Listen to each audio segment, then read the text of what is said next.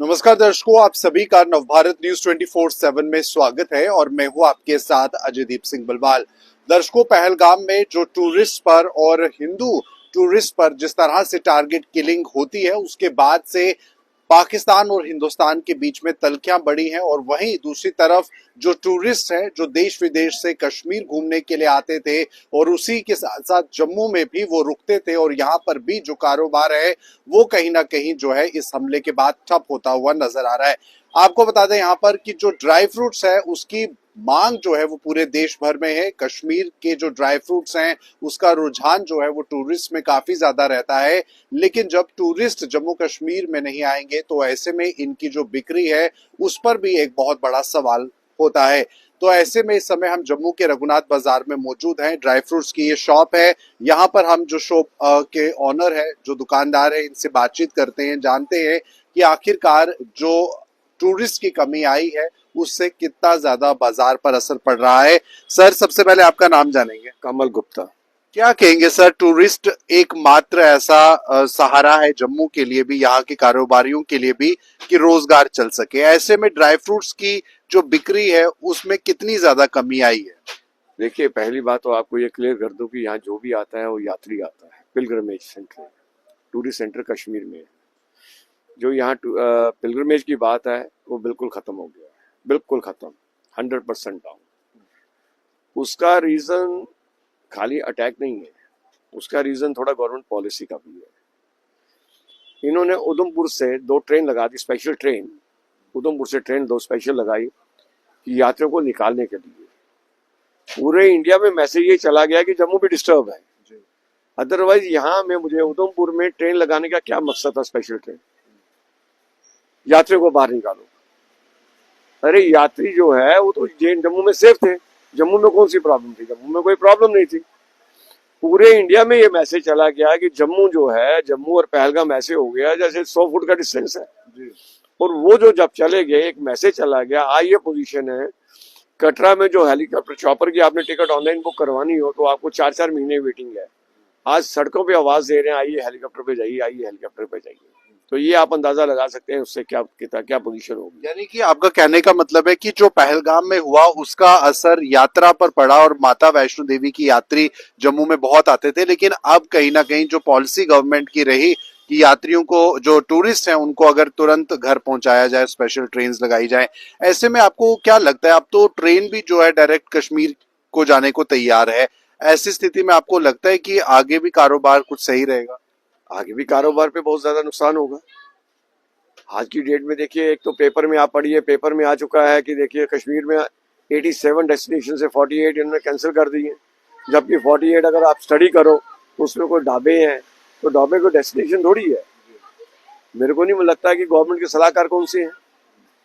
अभी आपने ये जो ट्रेन डायरेक्ट की लगाई है, जब डायरेक्ट हो जाएगी पत्नीटॉप में, आज अगर इन्होंने ऑफिशियली अनाउंस नहीं किया है, अदरवाइज पत्नीटॉप भी आउट ऑफ बाउंड किया हुआ है कि पत्नीटॉप में भी नहीं आ सकते हैं।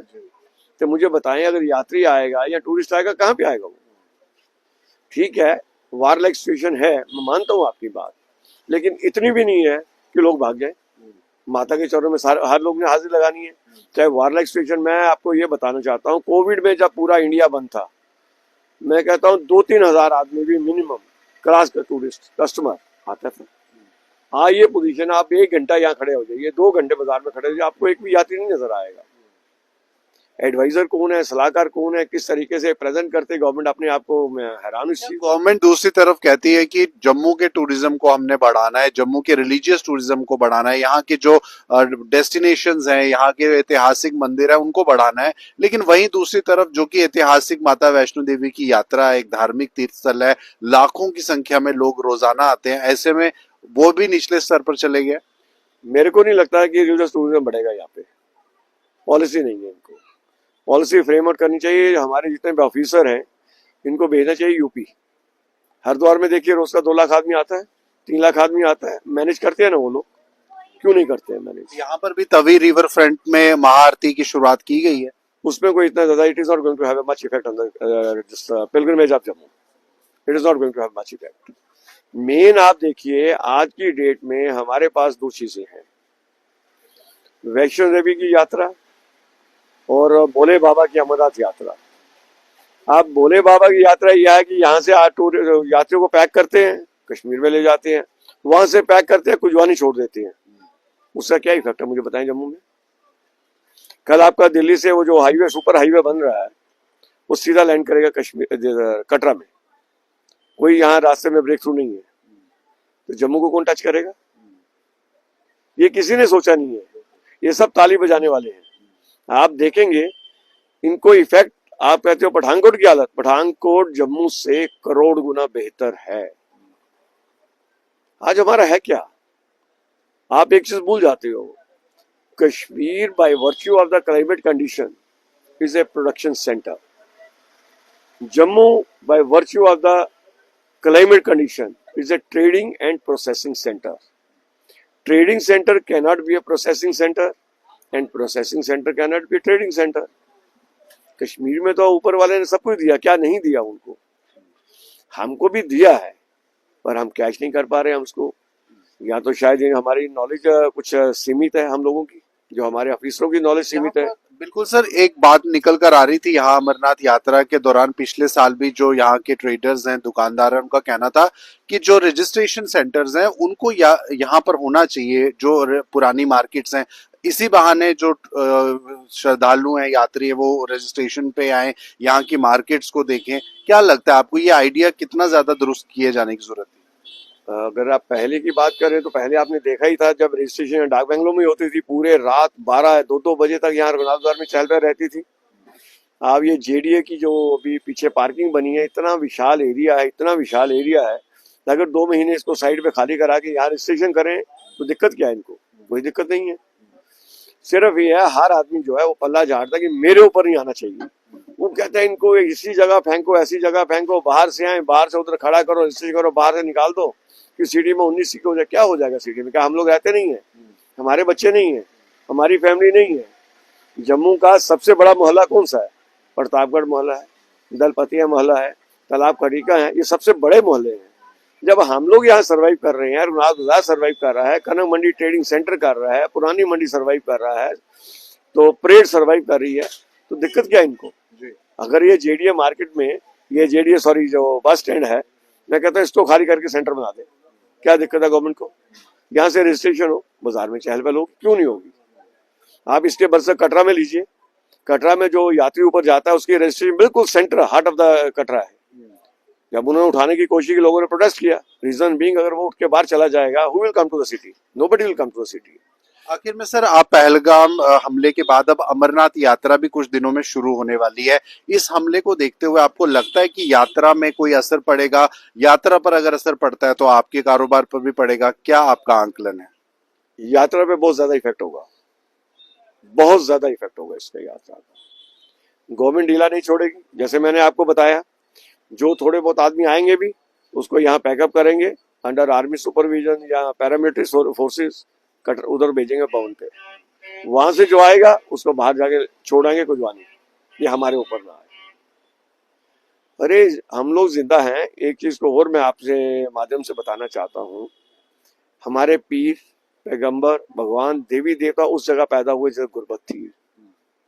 कटरा में क्या था? अगर आप पीछे याद करें, कटरा में सिर्फ आपको पानी मिलता था, चने मिलते थे और पैदल यात्रा थी।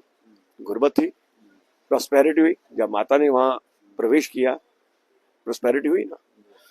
सेम बाबा अमरनाथ का ले लीजिए, वहां क्या था? कुछ नहीं था। वहां बाबा भोलेनाथ पैदा हुए, प्रॉस्पेरिटी हुई, कश्मीर की प्रॉस्पेरिटी। अदरवाइज कौन सी किताब में लिखा है कि वैष्णो देवी का प्रसाद आपने अखरोट लेना है? एक माँ की कृपा है ना, बाबा भोलेनाथ की कृपा है। किसी किताब में नहीं लिखा प्रसाद है। आप इसी के लीजिए, हज करने हमारे मुस्लिम भाई जाते हैं हज करने, वहां पे क्या है? प्रोडक्शन क्या है? बिल्कुल रेगिस्तान है, कुछ नहीं है। वहां पैगंबर पैदा हुए, कोई भी जाता है 30-50 किलो खजूर लाता है, उससे वहां की प्रॉस्पेरिटी होगी। अरबों किलो के हिसाब से खजूर बिकती है। यानी कि मेरा आपसे कहने का ये मतलब आपके माध्यम से, पीर पैगंबर ने कोई डिफरेंस नहीं छोड़ा है। ये उधर ही पैदा हो जो गुर्बती लोगों की प्रॉस्पेरिटी हो। लेकिन हम लोगों ने वो प्रॉस्पेरिटी के लिए जो भी चीजें आई उसको हमने दूर कर दिया। हमने लोग पैक किए, दर्शन किए, उठाया, चल बाहर। अरे आप लोगों के बारे में भी सोचिए, ट्रेड ऑर्गेनाइजेशन को कॉन्फिडेंस में लीजिए, लोगों को कॉन्फिडेंस लीजिए। आपकी क्या कॉपरेशन है भाई, आप क्या कॉपरेट करते हो हमसे? जो हम चाहते हैं हमसे कॉपरेशन ले। हमने कब कॉपरेशन नहीं किया आप लोगों के साथ, लेकिन आप लोगों ने कभी भी हमारे साथ कॉपरेट नहीं किया। चलिए, तो दर्शकों जाहिर सी बात है, पहले से ही रोजगार पर जो मार जो है वो पड़ रही है, और ऐसे में पहलगाम हमले के बाद कहीं ना कहीं जब टूरिस्ट जम्मू के अंदर कम आएंगे, या जो माता वैष्णो देवी के लिए यात्री हैं वो जब नहीं होंगे, तो ऐसे में जो जम्मू के दुकानदार हैं, जो व्यापारी हैं, चाहे वो ड्राई फ्रूट से जुड़े हुए व्यापार में हो, चाहे वो कपड़े से जुड़े हुए व्यापार में हो, उसका असर भी जो है देखने को मिलता है। वीडियो को लेकर राय जरूर कमेंट बॉक्स में साझा कीजिए। मुझे दी इजाजत, नमस्कार।